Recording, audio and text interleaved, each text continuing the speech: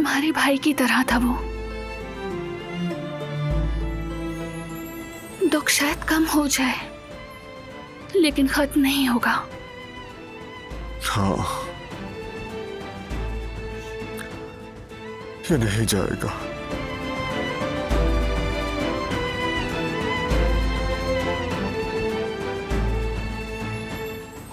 ये यहाँ एक बड़ा खला बनकर रहेगा। करीम अब सिर्फ जिस्मानी तौर पर तुम्हारे साथ नहीं है, लेकिन तुम दोनों की यादें, तुम्हारी दोस्ती, तुम्हारे किस्से, कोई उन्हें तुमसे नहीं छीन सकता।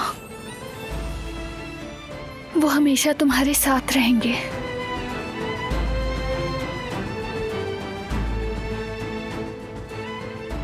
फिर ये खला भी उन हसीन यादों से भर जाएगा।